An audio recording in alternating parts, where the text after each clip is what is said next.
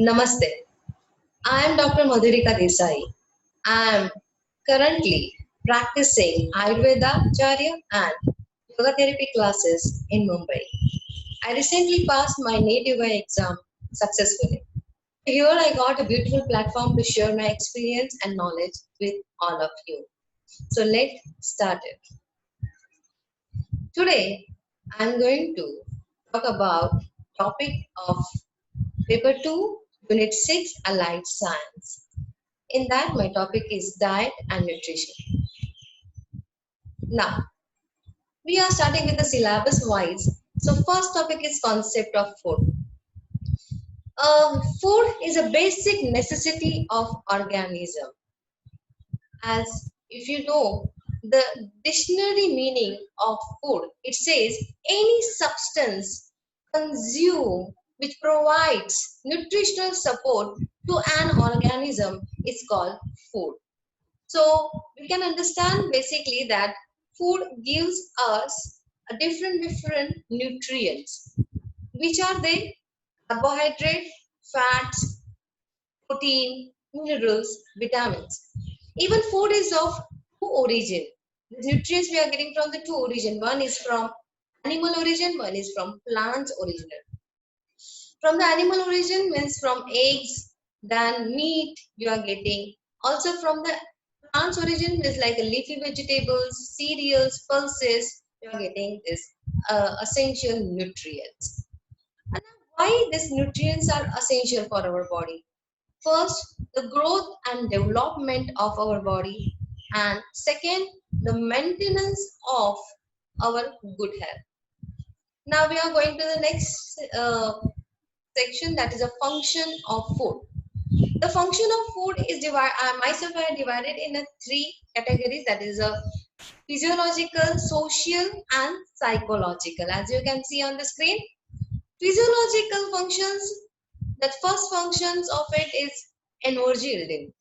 You know, when we have to work daily base work also, when we are doing a normal functioning or movement of our muscular body, or when we are doing all our work, we require adequate amount of energy, and this energy we are getting from carbohydrate and fats. The main source is this. In an exam they may ask you, apart from carbohydrate, which is the other source of energy? The answer you have to choose is fat. Okay.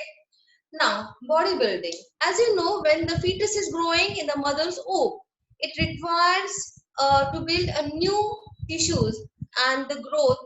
For that, you require a protein-rich diet. Also, when we are growing with our age, we have a daily wear and tear in our body. Means old cells get replaced with the new cells, and for that also we require food which is protein rich food. Now the third function is protective, which is done with the help of vitamins and minerals. They help for us protection of our health and body. If I give an example for it, like if you got a cut on your body somewhere and the blood is oozing from it, and there is no first aid near to you, what you will do? You will compress that, and but within a 1 minute or before that, you find out the blood stop itself, and there is a clotting formation happen, and this clotting formation is done with the help of vitamin K. That is an example of protectiveness. For excessive loss, body stopped of that blood loss and protect our body. Second function is social function. Man is a social animal. You know, we have a culture of get-togethers, and we have ceremonies like we have marriage ceremony. Many ceremonies happens, and in that we invite people and we give our affection of friendship and love by serving a good food to them.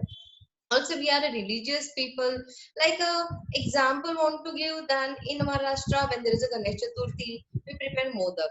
So each food is related with some kind of religious function or part also.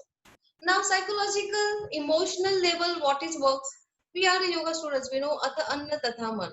So जैसे खाना होता है वैसे ही मन होता है, इस हिसाब से as when we are prepare the food also, and when we serve that food, it is a token of love. So that's called emotional bonding with the love, with the food also. Now, the last but most important slide in today's video is nutrients and the components of food. We have divided these nutrients in two, that is a macronutrients and micronutrients. Mainly in exam they ask this. So I will first deal with the what is the meaning of macro and micro. Macro means large and micro means smaller. So micronutrients are required in our body in a large amounts. They are carbohydrate, fats, and proteins. And why they require? They require for the energy of our body. They require for the growth and repair of our tissues. And what are the micronutrients? They are called minerals and vitamins. And they require in a smaller quantity in our body, and they require because the function of them is nerve conduction, also the vascular function, involuntary function. Example of involuntary means, if you are moving your hands, which is called voluntary movement, but respiration, cardiac function, which is going inside, it is an involuntary function which is carried out in our body. So for that also this micronutrients is important. So even though micronutrients are smaller in quantity, it is not like that they are not essential.